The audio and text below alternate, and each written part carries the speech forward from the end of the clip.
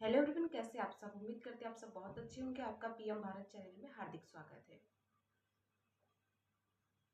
आज बात करते हैं आईआईटी बाबा अभय सिंह की। आप सभी लोगों को पता है कि जो अभय सिंह है आईआईटी वाले बाबा, वो महाकुंभ से प्रसिद्ध हो गए हैं। महाकुंभ में एक एंकर ने उनसे जब बातचीत की तो उन्होंने अपने बारे में बताया, अपने पूरे बैकग्राउंड के बारे में बताया, और उन्होंने ये भी बताया कि वो मुंबई से आईआईटी किए हुए हैं। उसी इंटरव्यू से आईआईटी बाबा अभय सिंह बहुत फेमस हो गए।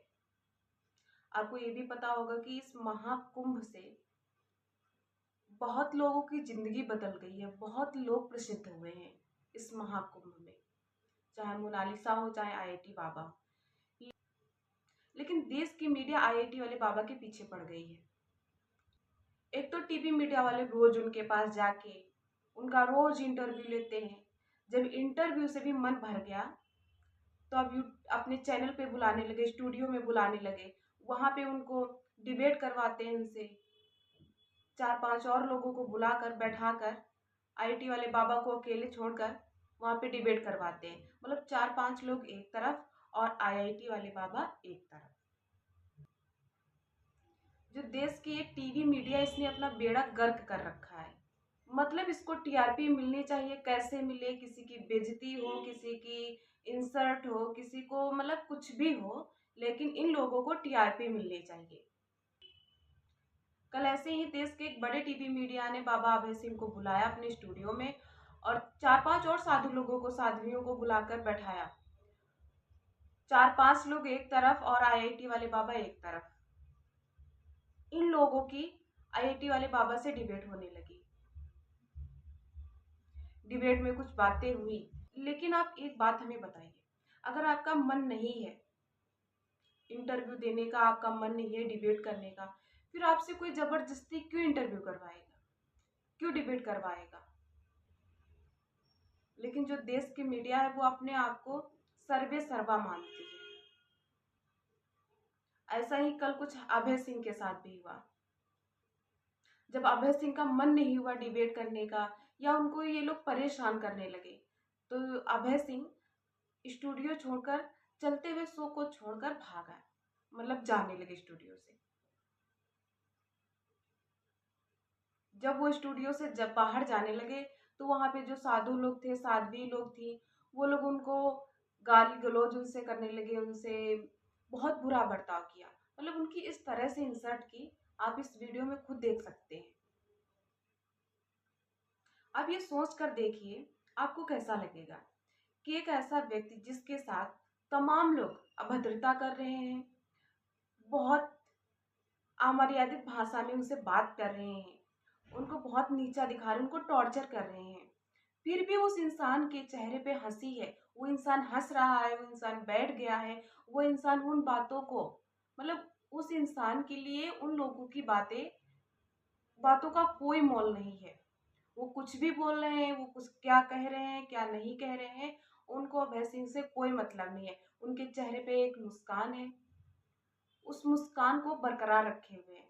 मतलब उनसे किसी चीज का वो नहीं, भय नहीं है, डर नहीं है, कि वो ये भी नहीं सोचते हैं कि उनकी बेइज्जती होगी, लोग देश के लोग उनके बारे में क्या कहेंगे।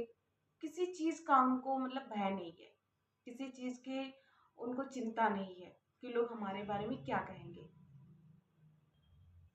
जब अभय सिंह स्टूडियो को छोड़कर जा रहे थे, बाहर निकलना चाह रहे थे, तब भी मीडिया वाले उनके पीछे पीछे माइक और कैमरा लेकर जा रहे हैं, वीडियो बना रहे हैं।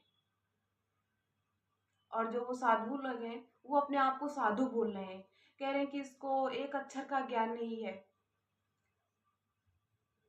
वो लोग खुद अभय सिंह के साथ अभद्रता कर रहे हैं, जो अपने आप को साधु बोलते हैं। उन्होंने कहा कि साधु निर्मल होते हैं, लेकिन इनके अंदर कहाँ से निर्मलता दिख रही है। आप खुद अंदाजा लगाइए, क्या इन लोगों के अंदर निर्मलता दिख रही है। ये लोग कह रहे हैं कि सनातन धर्म को अभय सिंह बदनाम कर रहे हैं। क्या सनातन धर्म को अभय सिंह बदनाम कर रहे हैं? आपने सनातन धर्म का ठेका ले रखा है क्या? नहीं ना।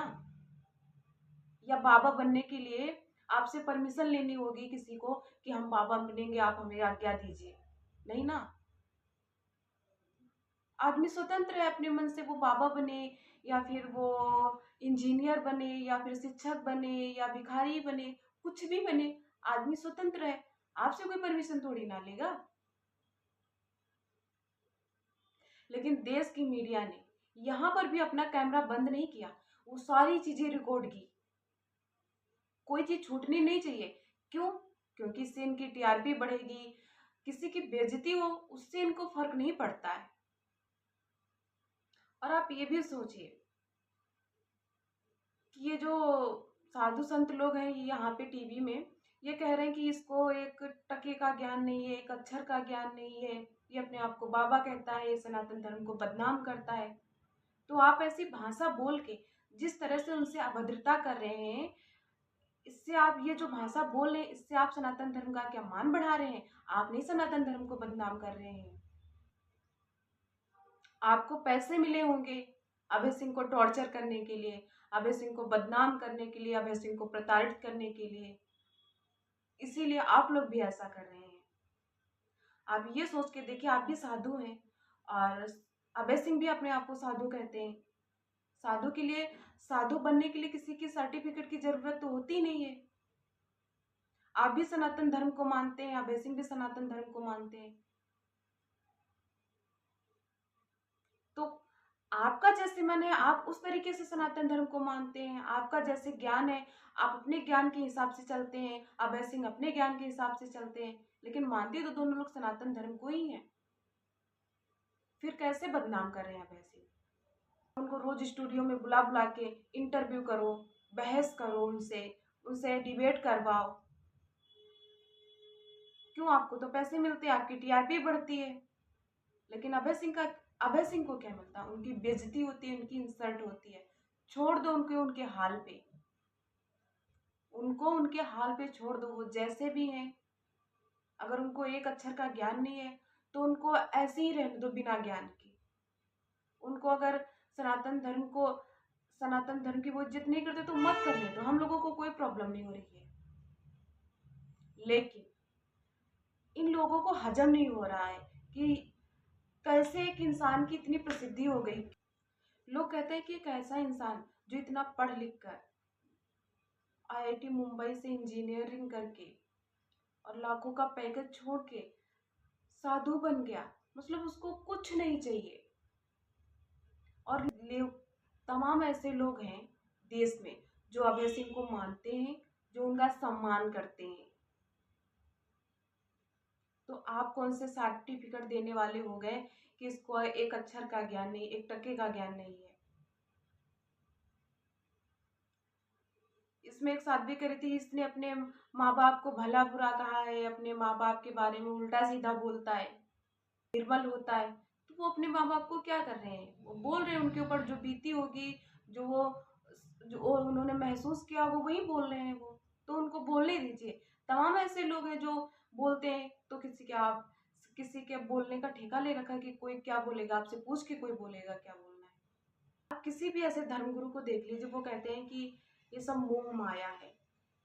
एक कहावत भी आपने सुनी होगी कि बाप बड़ा ना भैया, सबसे बड़ा रुपया। और बहुत से धर्मगुरु कहते हैं कि चाहे माँ हो, चाहे बाप हो, चाहे भाई हो, चाहे बहन हो, चाहे पत्नी हो, चाहे बीवी हो, चाहे बच्चे हो, मतलब कोई भी हो, ये सब यहीं छूट जाएगा और साथ में क्या जाएगा? राम नाम।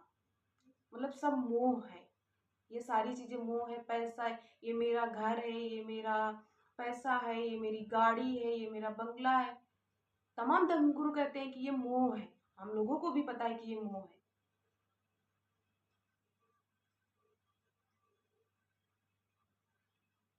लेकिन जब आईआईटी वाले बाबा कहते हैं कि ये सब मोह है तो सबको खराब लगता है, तो इन्हीं साधु संतों को खराब लगता है।